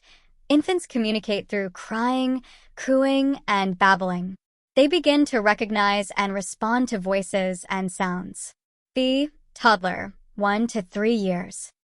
Single words to simple sentences. Toddlers start using single words, progressing to two-word phrases and simple sentences. They rapidly expand their vocabulary. C. Preschooler, 3 to 5 years. Complex sentences. Preschoolers use more complex sentences and grammar. They begin to engage in conversations and understand more abstract concepts. D. School age, 6 to 12 years. Advanced language skills. School-aged children develop advanced language skills, including reading and writing. They understand and use more sophisticated vocabulary and grammar. E. Adolescence, 13 to 18 years. Refinement and nuance. Adolescents refine their language skills, developing the ability to understand and use nuanced language and engage in complex discussions. Section 3. Aspects of language development. Language development encompasses several aspects. Phonological development, the ability to recognize and produce sounds. Lexical development, the acquisition of words and vocabulary. Grammatical development, the understanding and use of grammar and syntax. Pragmatic development, the use of language in social contexts, understanding conversational rules and cues. Section 4. Challenges and strategies. Identifying and addressing challenges in language development is crucial. Challenges. These can include speech delays, language disorders, and difficulties in reading and writing. Strategies. Early intervention, tailored educational programs, speech therapy, and engaging in language-rich interactions can help overcome these challenges. Section 5. Importance of language development. The importance of language development in children cannot be overstated. It is essential for effective communication, academic success, and social interaction. Language skills are foundational for learning across all subjects and for overall cognitive development. Key inquiry questions, class discussion. Let's consider the following key inquiry questions for our class discussion. 1. What are the ways a teacher can promote speaking, listening, and writing in learners? 2. How can caregivers stimulate language development in children? Reflect on these questions and be prepared to share your thoughts during our next class discussion. Assignment 4.8. Now, let's move on to your assignments. These assignments are designed to deepen your understanding of language development in children. Assignment instructions. 1. Research task. Use digital devices and print media to search for information on the importance of language development in young children. Submit your findings. 2. Report writing. Discuss language development in children at different stages and its influence on learning. Write a report and submit it. 3. Discussion. Discuss the different aspects of language development during learning in young children. Submit your discussion notes. 4. Observational study. Visit preschool centers to observe and identify challenges related to language development in young children at different stages. Submit a report. 5. Video analysis. Watch videos on how to stimulate language development in young children. Write a report on your findings. 6. Strategy suggestion. Suggest strategies to address challenges related to language learning. Submit your suggestions. 7. Test development. Develop simple psychometric tests for learners at different levels of language learning. Submit your tests. Thank you for your attention. We look forward to your assignment submissions and hearing your insights during our class discussion. Until next time, continue to support and nurture the language development of the children in your care. Keep fostering the linguistic growth and development of our young learners. Substrand 4.9. Cultural Development in Children. Welcome to today's lecture on cultural development in children. In this session, we will analyze different aspects of cultural development at various stages, examine the influence of culture on child growth and development, identify challenges, and appreciate the importance of cultural development in children. Section 1. Understanding cultural development. Cultural development in children involves the process by which children acquire the beliefs, values, customs, and behaviors of their culture. This development begins at home and extends to school and the broader community. Section 2. Aspects of cultural development. Let's explore the different aspects of cultural development in children. A. Infancy. Parental influence. Infants learn cultural norms and practices through interactions with their parents and immediate family. B. Toddler. Language and traditions. Toddlers begin to learn their native language and are introduced to cultural traditions and practices. C. Preschooler. Socialization. Preschoolers start to interact with peers and learn cultural norms through play and structured activities. D. School age. Cultural awareness. School-aged children develop a deeper understanding of their own culture and may begin to learn about other cultures. E. Adolescence. Identity formation. Adolescents critically examine cultural values and begin to form their own cultural identity. Section 3. Influence of culture on child development. Culture influences every aspect of a child's development, including language acquisition, social norms, and cognitive development. It shapes how children perceive the world and interact with others. Section 4. Challenges to cultural development. Identifying challenges to effective cultural development is essential for fostering a supportive environment. A. Cultural displacement. Children from immigrant or minority backgrounds may experience a conflict between their home culture and the dominant culture. B. Stereotyping and bias. Exposure to cultural stereotypes and biases can negatively impact a child's self-esteem and cultural identity. C. Lack of cultural representation. A lack of cultural representation in educational materials and activities can hinder cultural development. Section 5. The role of the teacher. Teachers play a crucial role in promoting cultural development. They can A. Incorporate diverse cultural perspectives. Use teaching materials and activities that reflect diverse cultural backgrounds. B. Foster an inclusive environment. Create a classroom environment that respects and celebrates cultural diversity. C. Encourage cultural expression. Provide opportunities for children to share their cultural experiences and traditions. Key inquiry questions, class discussion. Let's consider the following key inquiry questions for our class discussion. 1. How does culture influence the learning of children? 2. What is the role of the teacher in promoting cultural development in children? Reflect on these questions and be prepared to share your thoughts during our next class discussion. Assignment 4.9. Now, let's move on to your assignments. These assignments are designed to deepen your understanding of cultural development in children. Assignment instructions. 1. Discussion. Discuss different aspects of cultural development in children and submit your discussion notes. 2. Strategy development. Develop strategies for promoting cultural development in children. Submit your strategies. 3. Challenge identification. Suggest probable challenges for effective cultural development in young children. Submit your suggestions. 4. Research task. Use ICT devices to search for information on cultural development and submit your findings.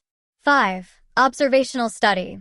Visit preschools, institutional homes, and communities to observe and identify cultural practices that influence the growth and development of young children. Submit a report. 6. Video analysis. Watch videos on how culture influences the learning and development of young children. Write a report on your findings. 7. Group discussion. Discuss in groups how cultural development influences learning in children. Submit your group discussion notes. Thank you for your attention. We look forward to your assignment submissions and hearing your insights during our class discussion. Until next time, continue to support and nurture the cultural development of the children in your care. Keep fostering the cultural growth and development of our young learners. Substrand 4.10 and 4.11. growth monitoring and promotion, GMP, and abnormalities in children. Welcome to today's lecture on growth monitoring and promotion, GMP, and abnormalities in children. In this session, we will discuss growth monitoring, the use of anthropometric measurements, analyzing growth monitoring documents, types of abnormalities that occur in children, and their causes. Section 1. Growth monitoring. Growth monitoring is a continuous process of tracking a child's physical development over time. It involves regular measurements of weight, height, and head circumference to ensure that a child is growing within the expected parameters. Growth monitoring helps in early identification of growth faltering, malnutrition, and other health issues, enabling timely interventions. Section 2. Use of anthropometric measurements. Anthropometric measurements are essential tools for monitoring growth and development in children. The key measurements include 1. Weight for age. Indicates whether a child is underweight or overweight for their age. 2. Height for age. Helps identify stunted growth or height deficits. 3. Weight for height. Assesses the child's body mass index, BMI, and detects wasting or obesity. 4. Head circumference. Monitors brain development, especially in infants and toddlers. These measurements are plotted on growth charts to visualize trends and compare them with standard growth curves. Section 3. Analyzing growth monitoring documents. Growth monitoring documents, such as growth charts and health records, are analyzed to determine development trends and necessary interventions. By reviewing these documents, healthcare providers can identify patterns of growth faltering, nutritional deficiencies, and potential health problems. This analysis is crucial for devising targeted interventions to support optimal growth and development. Section 4. Types of abnormalities in children. Abnormalities in children can occur at different stages. 1. Before birth, prenatal.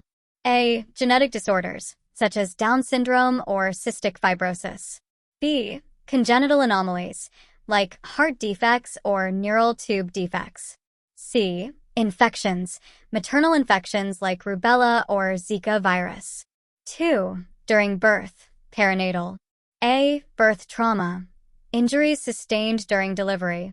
B. Asphyxia, oxygen deprivation during birth. C. Prematurity, complications due to early birth. 3. After birth, postnatal. A. Infections, such as meningitis or sepsis. B. Nutritional deficiencies, leading to conditions like rickets or anemia. C. Environmental factors, exposure to toxins or inadequate care. Section 5. Causes of abnormalities. The causes of abnormalities can be diverse. 1. Before birth, prenatal.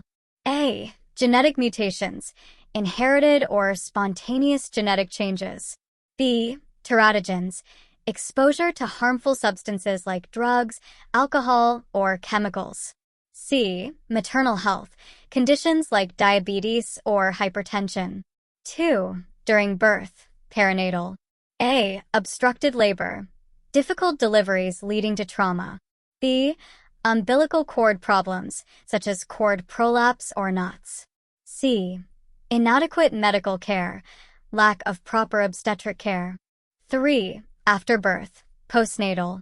A. Infections, bacterial or viral infections. B. Poor nutrition, insufficient or unbalanced diet. C. Neglect or abuse, physical or emotional maltreatment. Assignments. Now, let's move on to your assignments.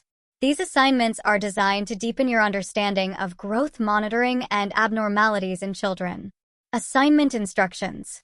1. Importance of growth monitoring and promotion. Examine and list 4 points highlighting the importance of growth monitoring and promotion in determining development trends in children. 2. Use of anthropometric measurements. Explain 4 points on how anthropometric measurements are used to monitor growth and development. 3. Analyzing growth monitoring documents. Analyze and discuss 4 points on how growth monitoring documents can determine children's development trends and necessary interventions. 4. Types of abnormalities in children. Analyze and describe 4 types of abnormalities that occur in children before, during, and after birth. 5. Causes of abnormalities. Account for and discuss 4 causes of abnormalities in children before, during, and after birth. Thank you for your attention. We look forward to your assignment submissions and our next class discussion. Until next time, continue to support and monitor the healthy growth and development of the children in your care. Keep fostering the well-being and development of our young learners.